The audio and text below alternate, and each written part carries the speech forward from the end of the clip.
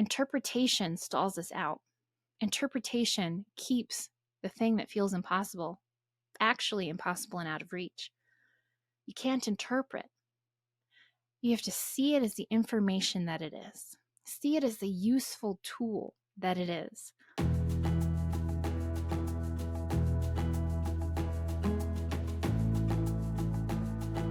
Hey friends, welcome back to the Make It Inevitable podcast. I'm your host, Stephenie Zamora, and today I want to talk about taking a good hard look at the things we need to look at to get some insight and information to help us achieve the seemingly impossible. I was remembering before hitting record, I think it was maybe 2011, 2012. I had started in 2008 my second design business with my then partner, who was also a designer. And anyone who had or started a business in 2008 knows that it was challenging with the recession. Not only were we starting a business in a recession, but we had quit our jobs and moved to Hawaii. And Hawaii, understandably so, a lot of people don't want to work with anyone who isn't from the islands or hasn't been on the islands for a while. And we managed to start and grow our business in a recession in Hawaii. I don't even know, 24. And yeah, it was a journey and a challenging adventure. And we did amazing work and we got amazing clients and we managed to grow despite all of the challenges.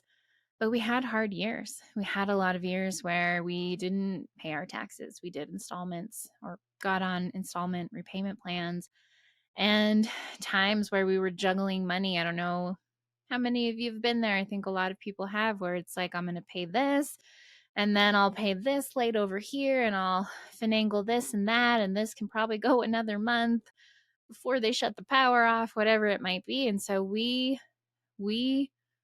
built a business and made a life in Hawaii in 2008, 2009, up until 2012, and struggled financially. And I had done a lot of investing in myself. I joined a mastermind. I was getting coaching. I was taking some programs. And I had some support, but not completely in terms of financially and making that happen. But got to a place where I knew finances weren't great. I was so afraid to look and see, what did I actually owe in terms of debt to the IRS, to credit cards?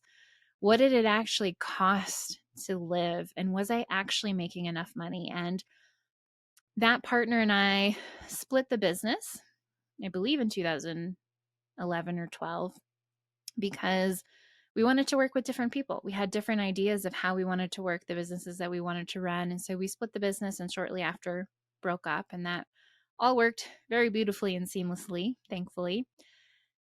But I remember realizing that I really needed to take a good hard look at where I was at with my money, and I was terrified. I was terrified because I thought that it would be stressful and upsetting, and I was worried about the things that I would think or feel about myself, that I was an idiot, that I wasn't cut out for this.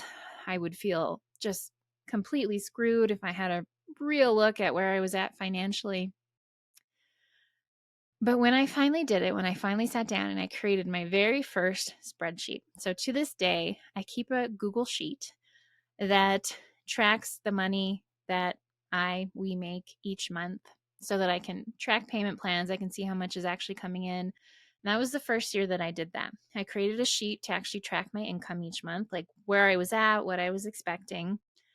And I made another tab, which was debt. I looked at my student loans. I looked at credit cards. I looked at what I owed the IRS at the time.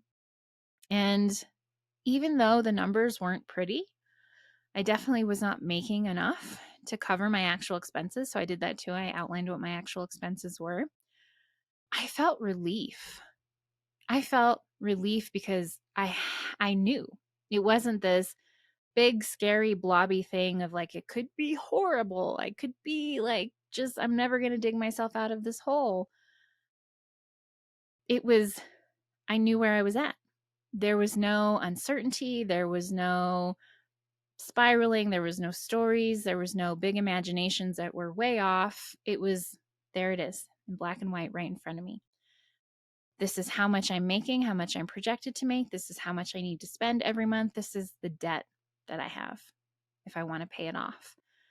And it was so, even though it was still stressful, even though it was still, there was still uncertainty. How am I going to make this work? How am I going to make the money that I need? How am I going to pay off this debt?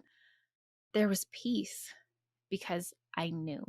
I had the information that I needed as a starting point to move forward from. And since then, there has been other things. There has been other points of really needing to sit down and look at my finances. There has been points of health. Where am I actually at numbers wise, whether that's weight or my blood work or whatever else. Like, there can be stress about that. Like, oh my God, if it's this number or these numbers or that's going on, I'm going to feel this way. It's going to be so terrible. I'm probably dying of something. And then you get the information. And even if you don't like what you see, there is still peace. There is still calm.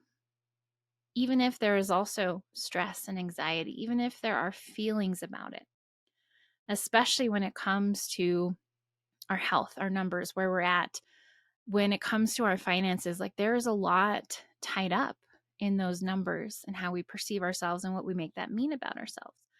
But there is also this piece of just knowing this is where my finances are at. This is what I actually owe. This is where my health is at. This is what I actually weigh. This is what my labs actually say. Because now you know. And there isn't that anxiety of the unknown. When it comes to making the impossible happen, I really feel that metrics can be such a powerful tool as long as we're not interpreting them, as long as we're not telling stories about them. So if, for example, taking me where I'm at, I worked really hard 2022 into 2023, working on my health, healing my metabolism, healing my hormones, getting all my labs done, going on a very strict metabolic plan, which I've talked about on here. And I had to look at my numbers, which I didn't like and was uncomfortable, but the same thing, peace. There's a calm that comes with knowing and seeing and understanding. And I had to work through my feelings about that. What does it mean about me as a woman if my weight is above a certain number? What does it mean about me as a good, healthy human if my other labs are above these numbers, or if I have this thing going on over here that I didn't even know I should be worried about? We have to notice those interpretations and work through them as they come up. Same with finances, same with maybe you're terrified to get a certification because you're not sure if you'll be able to pass it. That could be a certification for your profession. It could be a passion or an interest, something you're learning. You could be in school, any number of things. Maybe it's sitting down with your partner and saying, how would you rate us? You know, what grade would you give us in terms of connection and satisfaction, and how happy are you in this relationship? What are you really feeling about me, about us, about our situation? Having those conversations with family and friends, it brings stuff up, even though it gives a sense of peace. You might sit down with your partner and find out they're really unhappy that you've been in this mood for so long, or that you're no longer doing this thing, or that they're just not feeling that connection anymore, and they've been having doubts or whatever it may be. Like, that will stir up emotions to look at the numbers, to look at the metrics, to get clear on where you actually stand with things. But as with everything, it's a gift, because anywhere that we're interpreting, that is holding us back from creating what it is that we want. If I'm too scared to look at my numbers because that will mean that I am a gross and disgusting person who is unlovable at their core and can never get anything right and is always going to be just scraping by, and whatever stories I might tell, not only am I going to avoid looking, but I'm going to be triggered beyond belief when I finally do, when I'm finally presented with the information. So if you have resistance to looking at the numbers or the information, I'm going to just say looking at the metrics, looking at the numbers, but that could also be getting insight and information into how is the partnership going? How would your boss rate your work and whether or not you're on track for the raises or advancements and promotions that you want? How do your clients really feel about your program and your coaching? And what do people really think of your podcast and your writing, whatever it might be? How are you really doing at whatever you're training for? Are you really making progress? If you have a resistance to that, that's a gift. That's something to dig into and dive into, because there's something there that you're afraid of. There's some story, some core wound, some past trauma, some limiting belief, some subconscious programming that tells you if it's not this, you're just garbage. You're just a worthless, unlovable human. What is that resistance that you feel? What are you afraid of? And maybe it's not even the information. Like, that information can feel scary. If I actually know how much I owe in terms of debt, oof, I'm going to have to actually figure out how to pay that off. I'd rather, ignorance is bliss, not actually. Ignorance is not bliss. It's just ignorance. So what are you afraid? Not just what you think that number means, but what it means about you. That information, that feedback, that grade, that whatever. What if it's not good or right or as it should be, quote unquote, for all of that? What are you afraid that will mean about you? For me, the money, it was that I am a terrible adult, that I am a crappy business owner who has no business teaching anybody else or working with anybody else. When it came to looking at my weight and my numbers, it was that I'm just a big fat blob and I'm a horrible, unlovable woman and I'll never be XYZ. No one's ever going to love me. No one's ever going to want to be with me. I had to work on that just to be able to look at certain numbers at different times in my life. I had to be willing to allow that fear to bubble up, to look at and face what I think it will mean about me if, as well as to identify what I think is right and wrong. And a lot of that is arbitrary. A lot of that is based on systems. It's based on other people's projections, other people's values, things other people put onto us or tell us we need to be lovable or to be accepted by them or the system or whatever it is. And when we can tap into the resistance and the fear, we can start to work with it. Especially with something like acupressure, we can repattern to where if I tell you you are whatever weight or in however much debt or getting the grade that is not acceptable to you, you won't feel anything about it. It will just be like, oh, acupressure disrupts our resonance with things. It disrupts the belief. It disrupts the trauma. It disrupts that emotional response. It doesn't numb us. It doesn't make us so detached that we don't feel anything. It just really very seamlessly eliminates that charge. So if I think about if I get on the scale, it's going to tell me I'm X weight. Oh God, that's going to feel awful because that means this about me. All that angst can be repatterned to where it might be a little bit of a, I don't like that.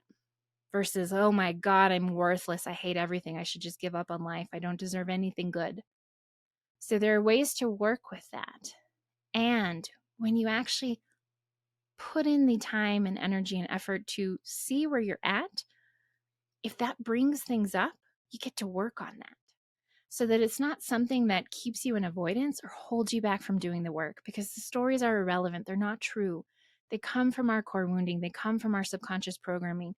They are beliefs that other people put into us, put onto us, that you have to look and weigh a certain number, that you should or should not have a certain amount of debt. You should or should not be making a certain amount of money.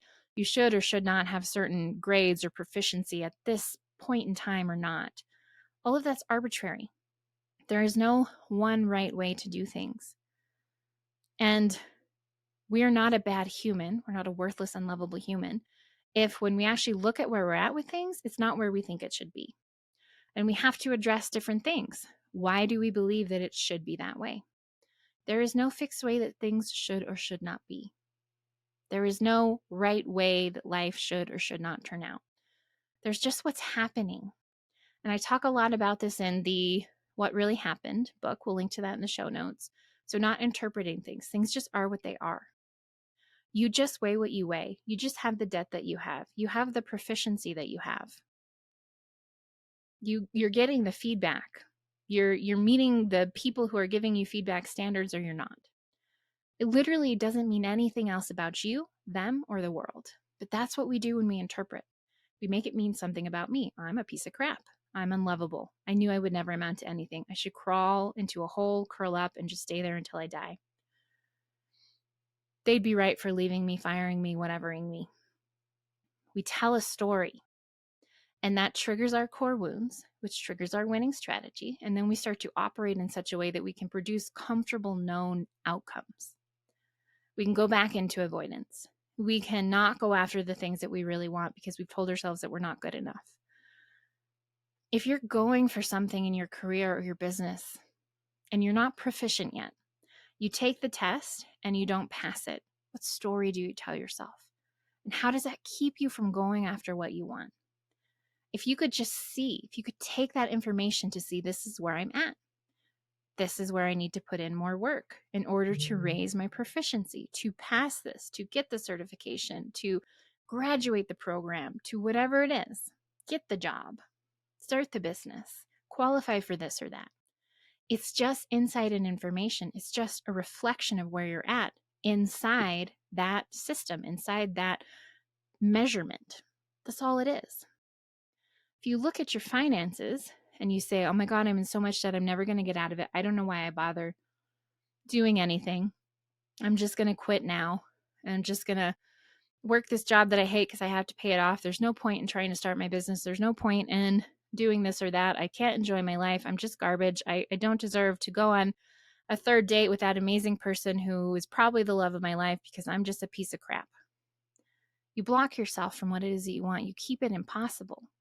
You push it out of reach, and you go into a mode that limits you because it's based on limited beliefs that are based on stories that are anchored in our core wounds and our traumas and our subconscious programming that was formed before we had any ability to accept or reject those beliefs. Interpretation stalls us out. Interpretation keeps the thing that feels impossible actually impossible and out of reach.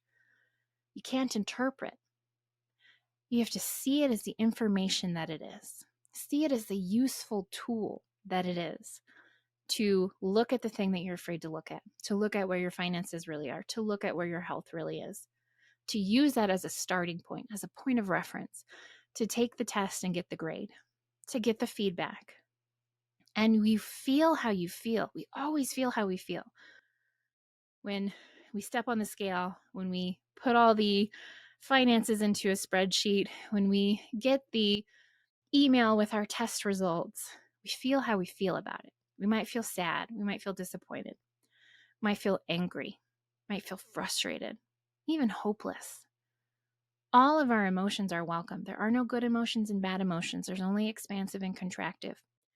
And when the contractive ones come up, we have to feel them. We have to process them in real time by feeling them, by moving them through us. So if I see a number I don't like, I get feedback that I don't like, I feel how I feel. God, I'm disappointed. I was hoping it would be higher. I was hoping it would be lower. I was hoping it would be better. I feel crappy. I feel sad. I feel angry. You let yourself feel how you feel, but you do not indulge the stories. And the stories are things that are not true. The stories are echoing from our core wound. I'm a piece of crap. I'm worthless. I'm not good enough. I should just quit. I should just give up.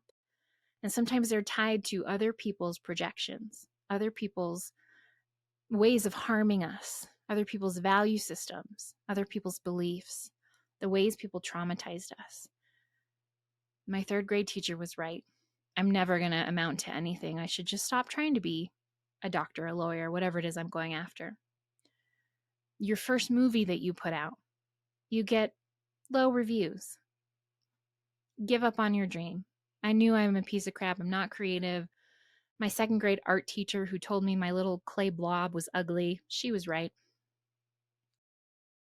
When really, all that happened is that you got a reflection of feedback inside a certain system or experience, either just the metrics and the numbers that are just information, or feedback from other people that may or may not be relevant? For example, you show the movie, the first movie you've ever made, and you get consistent 2 stars. Did you show it to the right audience? Was it a cheeky thriller movie that's supposed to seem low budget? That's the style, and you showed it to uppity moms who would never want their children to see that, let alone themselves? Was it the right audience? That could be it. It could be that simple. Their feedback isn't actually relevant because, oops, wrong audience, wrong people to have the conversation with. Or was it the right audience? Was it the right people to have the conversation with? And can you discern what of their feedback is relevant and what's not? Some things are just personal opinion. People just want to be heard. Here's how I feel about it. Here's what I think. Here's what I would have done. And sometimes there are relevant reflections. If you're able to listen without being devastated by the information that's in front of you, you might see where you can improve to further align yourself with your goal. And improving doesn't mean that you're a piece of crap if you have to improve. Notice the stories that you tell yourself. Are they serving you? Doubtful, they rarely are. Interpretation keeps us from looking at what we need to look at and then spirals us if and when we finally do. So notice your resistance. What are you afraid to look at? I know what I'm afraid to look at right now. That tells me what I can heal more around. That I still have certain traumas that are coloring how I feel about myself if something isn't where it should be, quote unquote, should be. That's something that I can work on before I do the work of looking. And when I do the work of looking, I can welcome my feelings about it. And I can push my stories to the side because I know that they are not true. I can process them. I can do acupressure to make them less painful and intense. And I can look at what I'm looking at for what it is, insight and information. And if we're afraid to look at things, it's hard for us to progress. And when we're doing the impossible, we've talked about this on the show, we have to be a beginner. We have to suck at things sometimes. We have to be bad. We're usually doing something we've never done before. Otherwise, we wouldn't think it's impossible. So there's room for improvement. There's room for growth. There's room for learning and more proficiency. Do we make that a story about ourselves? We have to be perfect all the time. We have to know everything. And suddenly I don't know how to do this and I'm getting scores below what's comfortable for me. And that means that I'm worthless because my mom used to ground me for life and not speak to me until I got my grades up.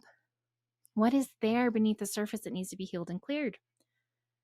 Not every impossible goal requires looking at uncomfortable metrics and information, but a lot of them do. We have to be able to look. And when we look, again, as uncomfortable as it can be, as sad, as angry and frustrated and disappointed as we can feel, there's also this calm, this knowing of, okay, it's not this big, scary unknown anymore. Maybe you are working to be the pillar of health and you need to go check and see if you have any scary diseases or conditions.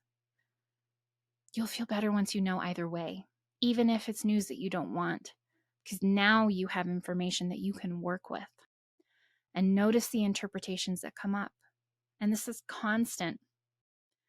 And the more that you do it, the easier it becomes, because the more that you're able to work on the interpretations, the more that you're able to heal the old traumas, to soften the core wound stories. Core wounds are always there to some degree because they were formed so young and they're anchored in our subconscious winning strategy, which was built and designed for us by everyone else up until our conscious mind came online, 5 to 7 years old, sometimes later. So they're always kind of there, but we learn to stop listening to them. They stop holding a charge. It starts to be this just like, there's that thought again, whatever. It doesn't have to limit you. It doesn't have to hold you back. For you to make your impossible goal inevitable, what information do you need? What information, metrics, feedback are you avoiding and why? And are you willing to do the processing work, the repatterning work, to untangle from those interpretations? to allow yourself to work through whatever stories you have, core wounds you have, limiting beliefs that need to be released. Are you willing to do that work? And then when you finally do look, are you willing to face those emotions as they come up? To look at the stories and set them aside. Allow yourself to feel the raw emotion. Take those stories and work on them further. The more that you do that, the easier it becomes to face hard things, to get feedback, to see numbers or results or assessments that just aren't where we want them to be. That's all it is. It's not where I wanted, not where I need to be. It's telling me that I'm not living up to or delivering at this level that I need to be. And that does not mean I am a crappy person. It just means I'm not there yet. So what's missing? What's missing to get me there? We talk about these questions in What Really Happened, my book. It's a great book. I can't recommend it highly enough. I reference it quite a bit. It is one of the most freeing aspects of this work is to break free from interpretations. There's 3 questions. What's missing is not what's wrong. What's missing? You don't have the proficiency yet. You don't have the numbers yet. You're not making the amount of money that you need yet. You haven't paid off the debt yet. Your health is not where it needs to be yet. What's missing is not what's wrong or not as it should be, not what's garbage and crappy about you. What's missing for you to reach the goal? What is it that you need? And what's next? And the first question is always, what really happened? All that happened is what happened. All the numbers are telling you is where you're at. All the feedback is telling you is where you're at or what people's opinions are about it. That's it. Not the stories, not the interpretations. Please check out the book. We will also link to prior podcast episodes where we talk about the 2 most important conversations that you can have. One of them's internal, one of them's external. That's the internal one. What really happened? Where am I actually at? All that happened is what happened. All that's in front of me is just information and insight. What's missing, not what's wrong, not what's not as it should be. What's missing for me to have what I want? And what's next to get myself to where I want to be? And none of that includes story. So please check those out. If you're struggling, process work and acupressure work. We can do both. We can do one or the other depending on where you're stuck. Please use the link below to book a consultation with me to learn more, and I will catch you in another episode.